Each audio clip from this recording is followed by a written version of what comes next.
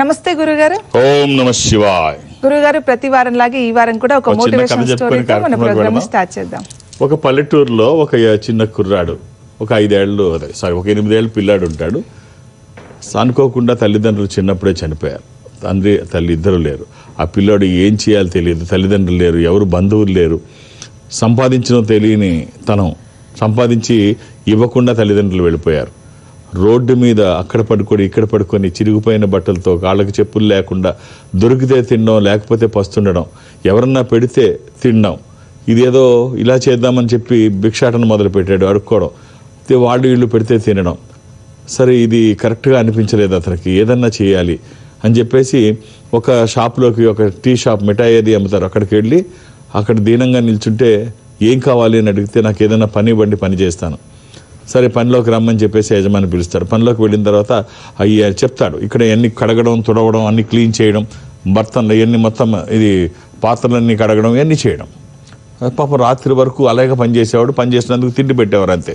సరే అలాగే చేస్తూ ఉంటే అక్కడ ఒక మిఠాయి చేసి అతను, హల్వా చేసి అతన్ని గమనిస్తుంటాడు. హల్వా అంటే తనకు బాగా ఇష్టం, చూస్తుంటాడు, బాగా చేస్తున్నాడు, బాగుంది, అదే ఆ ట్రిక్ భలే ఉందని చెప్పేసి అనుకుంటూ అలా గమనిస్తూ ఒకరోజు రాత్రిపూట ఏం చేస్తాడంటే, అందరూ పడుకున్న తర్వాత, అక్కడే కదా తను పడుకునేది, ఆ పడుకునేటప్పుడు హల్వా తయారు చేయడానికి కావాల్సిన ఆ బెల్లము, ఆ పిండి అవి తీసుకొని, నెయ్యి తీసుకొని రాత్రిపూట వండి కలిపాడు.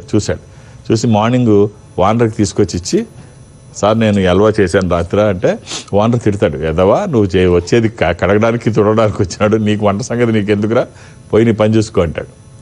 ఏం చేయలేని పరిస్థితిలో అది అక్కడి నుంచి మానేస్తాడు, అది వదిలేసి తర్వాత ఇక్కడ ఎంతకాలమైనా ఇలాగే ఏం ఎదుగు బదుగు లేకుండా ఉంటుంది, పట్టణానికి వెళ్ళిపోదాం అని ఢిల్లీ నగరానికి పోతాడు. అక్కడ ఢిల్లీకి దగ్గర గ్రామం అది, ఢిల్లీకి పోతాడు. ఢిల్లీకి పోయి అక్కడ చూస్తాడు, అక్కడ మిఠాయి కొట్లోనే, ఇంక ఎందులో పని చేస్తే అందులోనే కదా, అంతకుముందు అనుభవం. సరే ఒక టీ స్టాల్, మిఠాయి అదంతా ఉంటుంది, అందులోకి వెళ్తాడు. అందులోకి వెళ్తే వాళ్ళు జాయిన్ చేసుకొని అదే తుడిసే పని, కడిగే పని ఇస్తారు, పాత్రలు తవ్వడం ఇవన్నీ.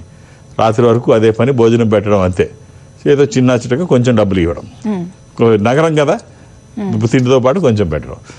సరే అతను ఇక్కడ మిఠాయి చేసేవాడిని గమనిస్తూ ఉంటాడు, బాగా చేస్తున్నాడు అది.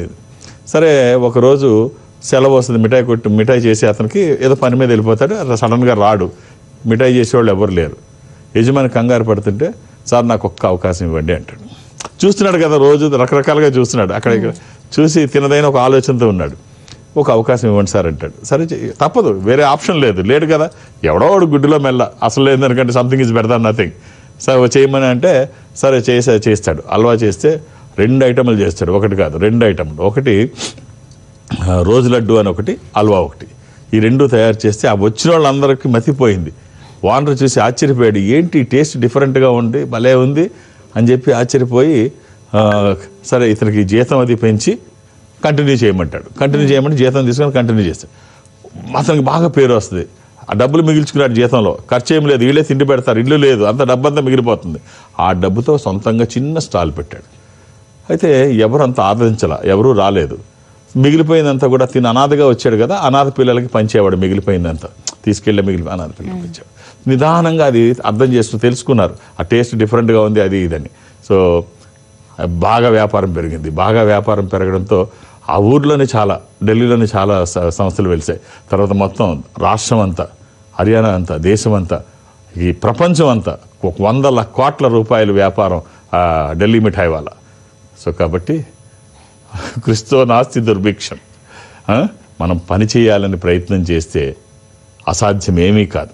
మనం ఎక్కడ ఉండేవాళ్ళం అక్కడ ఉండిపోవడం కాకుండా, మనల్ని మనం ప్రమోట్ చేసుకుంటూ కొత్త విషయాలు నేర్చుకొని అవి ప్రదర్శించే పని చేస్తూ ఉంటే భగవంతుడు ఎవరికి శాపాలు ఇవ్వడు, వరాలు ఇవ్వడు, అవకాశాలు ఇస్తాడు. ఎవరైతే అవకాశాలు అందిపుచ్చుకుంటారో వాళ్ళు ముందు వరుసలో ఉంటారు. సో ఇలాగే ఉంటుంది. ఇది వాస్తవంగా జరిగిన కథ.